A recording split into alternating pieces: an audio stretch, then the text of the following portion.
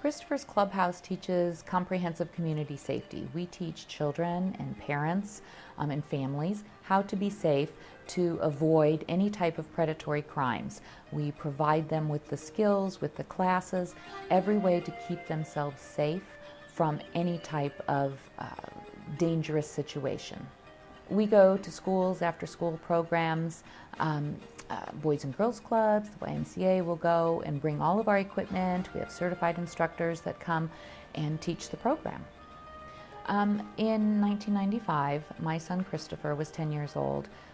He was playing with his friends while we lived in Illinois, and he left on his bike. He was 2 blocks from home, and he left to come home.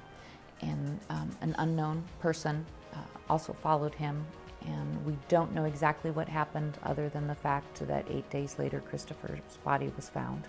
He had been stabbed 53 times, his body mutilated, and he was buried in a shallow grave.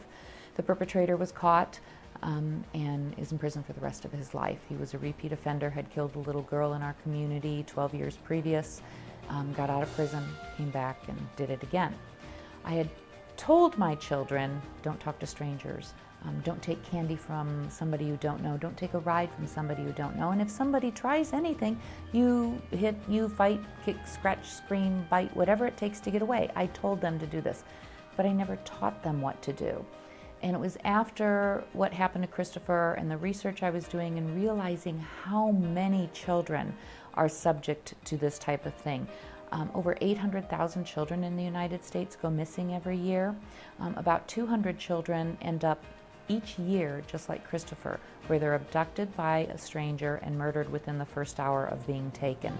93% of children that are abducted by a stranger are killed within the first 24 hours. So we knew we had to do something. We had to be able to teach. Unfortunately, we're never going to get all of these perpetrators off the streets. So what we need to do is start at the base level, start at the bottom, which is the children, and teaching them what to do. The program has been incredibly successful. We are so blessed to have all the different programs that we do. We use a national program called Rad Kids that teaches children how to be safe. It's a 10-hour curriculum where it's not just about getting away from the bad guy, but teaching them about good, bad, and uncomfortable or unwanted touch. We teach them about fire safety and dog safety and home and vehicle safety, everything to keep them safe. And it's been very successful. It's a national program. It's wonderful. The curriculum is fantastic. We teach that. We do a teen girls program where we teach girls 13 to 18 years old how to be safe. We give them a dating bill of rights.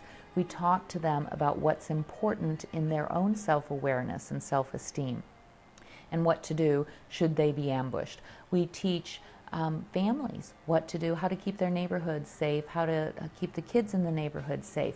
We do free fingerprinting and IDs. We do internet safety programs. So we cover all the bases on keeping our children and our families safe.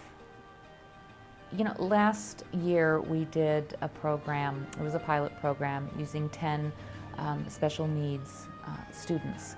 And it was the first time in the United States that ever this was done through Rad Kids, where it was an entire class of special needs kids.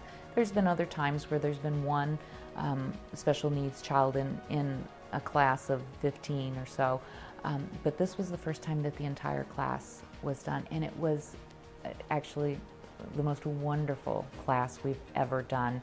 To see those light bulbs go off over the heads when they get it.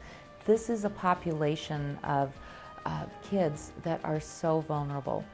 They are exploited, they're taken advantage of, but then on top of it, so often they emulate that behavior. They are taken advantage of, but they think that, oh, this person loves me, so that's why they're touching me this way. So it's okay for me to touch somebody else that way. So we taught them the right and wrong of all of that, and we gave them the skills to stay safe, and it was incredibly successful. It was wonderful. The kids loved it. They learned so much, and we received national recognition from that through the Rad Kids program by being able to do this for the first time, and have been able to go out and give the the feedback and the instruction to other people across the country who are teaching rad kids on how they can go out and serve this population. We have a website. It's christophersclubhouse.org. They can contact us there if they're interested in having a class, putting a class together. We come out and we'll do a class sizes anywhere between 5 and 15 students. We break it up into different age groups. We can use church locations. We just need a big open space, somewhere where we don't use desks or tables or chairs, anything like that. We use a big open space, some big place where these kids can run, because they just don't sit. They sit for a minute or two, and then they're up and practicing the skills that they've learned, doing it in a practical sense instead of just listening to it. They're crawling under a sheet, pretending it's the smoke, when they're crawling to know that they have to keep their head down low if there's smoke in the house, to get out of there, because that's where the clean air is. Simple things like that. What to do if a mean dog comes up, an aggressive dog. We teach them what to do in that situation. They go through all of that. They learn it. So they're always moving. They're always doing stuff. So we just use that big open space, whether it's like at the Indio Teen Center, wonderful space that they have there, multi-purpose rooms and a school. The rec rooms or church, locations, country clubs that have, a community center, anything like that. We can use that and teach the program, because it is a 10-hour curriculum, and we do 2 hours a day for 5 days for the Rad Kids program. The other programs aren't as long, but we know that the kids are learning, and they're getting it, and they're learning how to be safe.